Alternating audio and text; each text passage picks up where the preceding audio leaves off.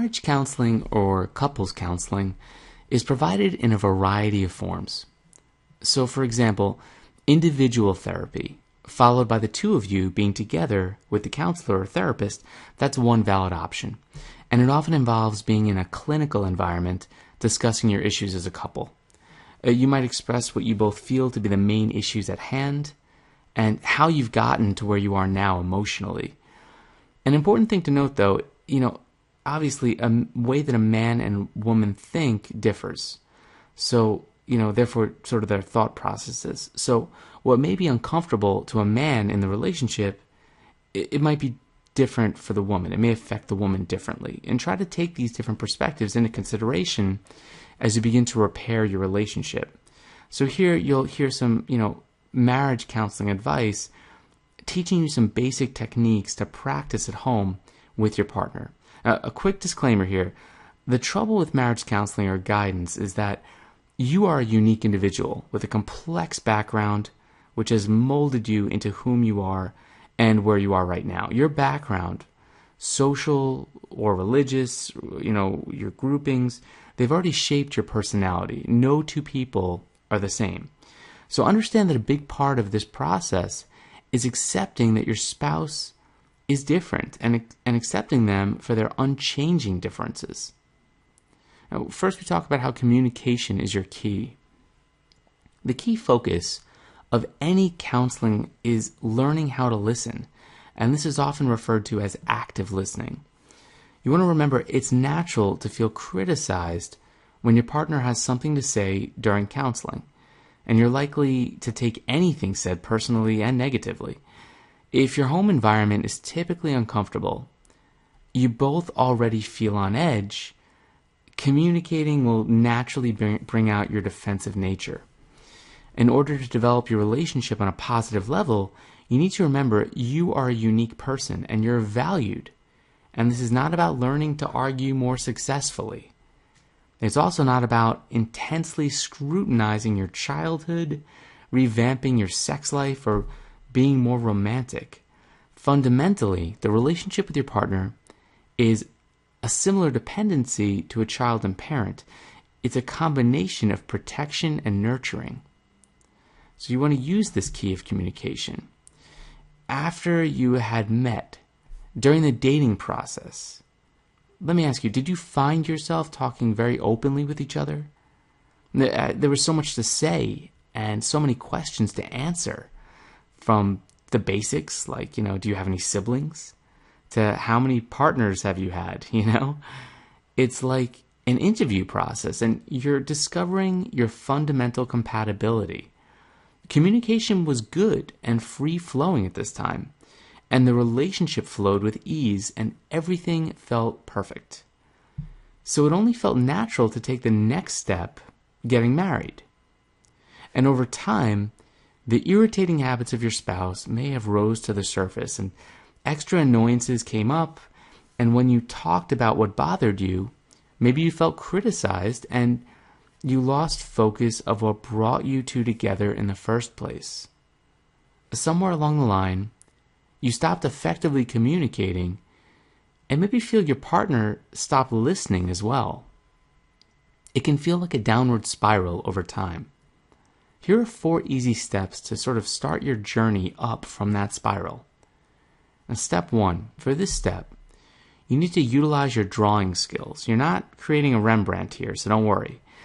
You're going to draw yourself and your partner and label each of you with all your good qualities and, that of your partner. And get back to basics. Remind yourself why you fell in love in the first place. Think of everything, no matter how small. And examples could be, they make you laugh, they're kind-hearted, they're generous, they're friendly, they're popular, they're always smiling, they're good with children, they're a hard worker, they're career-minded. As many as you can think of. Write the words all around each person. And you may struggle at first, and then think of lots in a flurry. Art therapy, which is what this is, it's an extremely powerful tool. And this step will remind you of why you're both amazing people. Now, step 2, you're going to repeat the drawings of the two of you and write around them all the things that annoy you about your partner. And this may include things like They're lazy. They never tidy up. They're always late for everything. They forget important events like birthdays or, anniversaries. And then step 3, you're going to lay the drawings out together with a different colored pen or crayon. Highlight on both sheets the important things to you both in your personality and your partner's personality.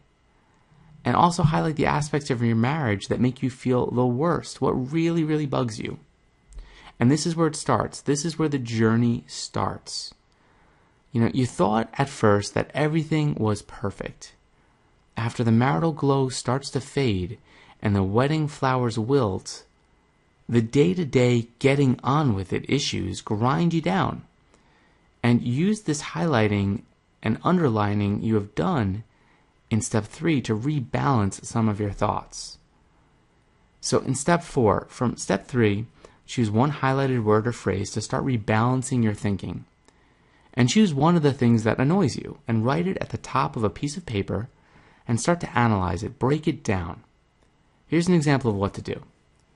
One lady I'd helped, she was absolutely fed up with how thoughtless her husband was. And when they first met, he asked her if she preferred flowers or chocolates.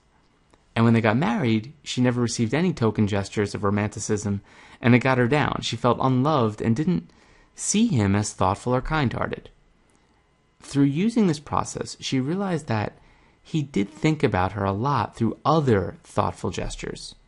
So like making sure the bills were paid and saving for a holiday. She had not truly realized what thoughtful acts they were and fundamental to their marriage. So this process is a way of looking at your first hot thoughts, your instant thoughts, and looking at it from a different perspective. Now, I want you to congratulate yourself, really, I do, because you're making progress. Just watching this video is a step in the right direction. You're really on a journey here, and this is just an awesome start. This is not a quick fix solution, but if you use the advice you've just learned, it will lead you to unlocking your future happiness. So start with these tips and coordinate with a professional if necessary. You're going to need to work through step 4 over time. And don't try to rush this process, as you're going to find you haven't looked at everything thoroughly enough to move forward in your relationship. But remember, through communication and listening to your partner, you will get a clearer understanding of who they are and who they aspire to be and how you can work together to create an amazing, beautiful future. But I don't want you to stop here, because you've come so far. I want you to watch my free video at mindyourmarriage.com right now and learn how to restore your marriage and rekindle that romance really in minutes. So go ahead and check out that free video right now at mindyourmarriage.com right now, and I'll see you there. Take care. Bye.